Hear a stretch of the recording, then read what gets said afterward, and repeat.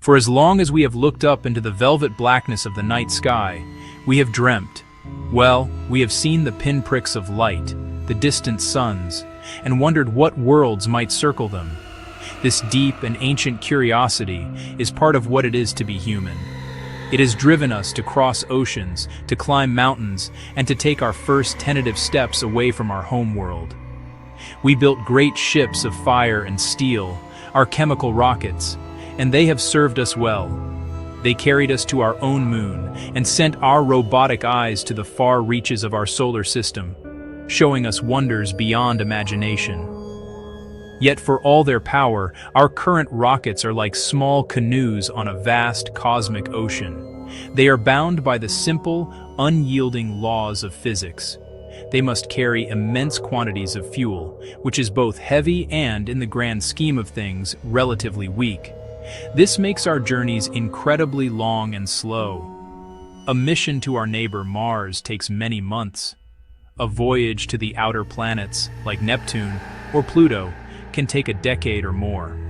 The nearest star system, a destination that calls to us across the void, remains impossibly far, a journey of tens of thousands of years with the technology we have today.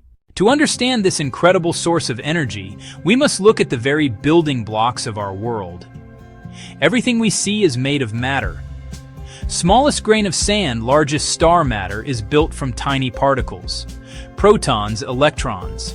Imagine a mirror world where each particle has a twin. The twin is almost identical, but the twin has the opposite electrical charge. An electron, negative. Its twin, the positron, positive. A proton, positive.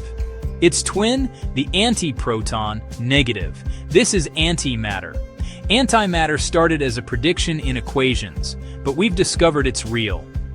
Giant machines called particle accelerators can create antiparticles in tiny numbers. They exist only for a fleeting moment before they encounter ordinary matter. And it is in that meeting that the true secret of antimatter's power is revealed. It is a process of perfect and total annihilation, a beautiful and violent transformation unlike any other energy source we know.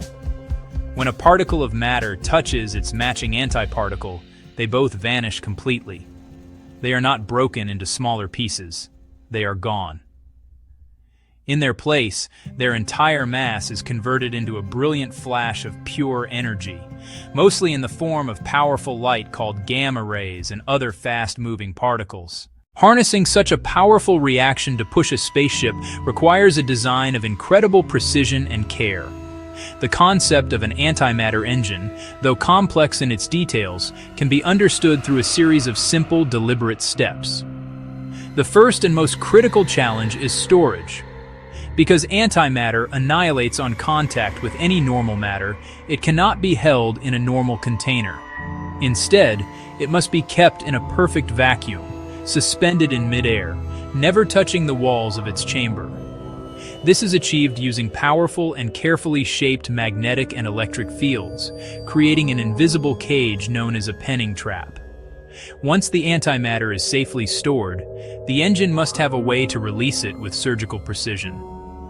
The second step involves taking a minuscule, controlled number of antiparticles, perhaps a tiny stream of antiprotons, from the magnetic storage trap. This stream is then guided, again using magnetic fields, down a narrow channel towards the heart of the engine, the reaction chamber. The amount of antimatter released at any one time would be incredibly small, far less than the weight of a snowflake, but it would be enough to produce a continuous and powerful stream of energy for propulsion. The third step is the annihilation itself.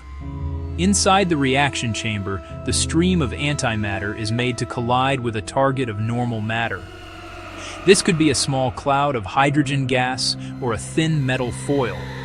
The moment they meet, they annihilate, creating an explosive burst of highly energetic charged particles and gamma rays, all flying outwards at nearly the speed of light. The true promise of an antimatter engine is measured not in its power, but in time. The vast distances of space impose a form of tyranny upon us, making exploration slow and often longer than a human lifetime.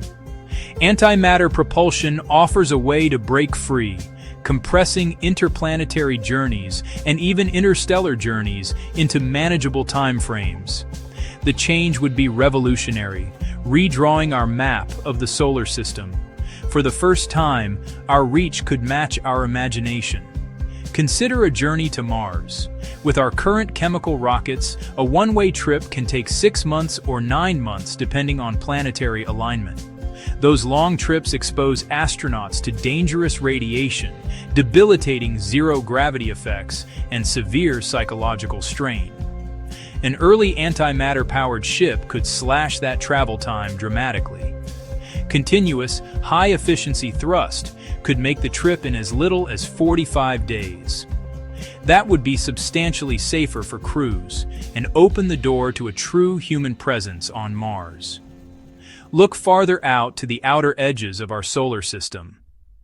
NASA's New Horizons took nearly a decade to reach Pluto. It was an achievement of patience and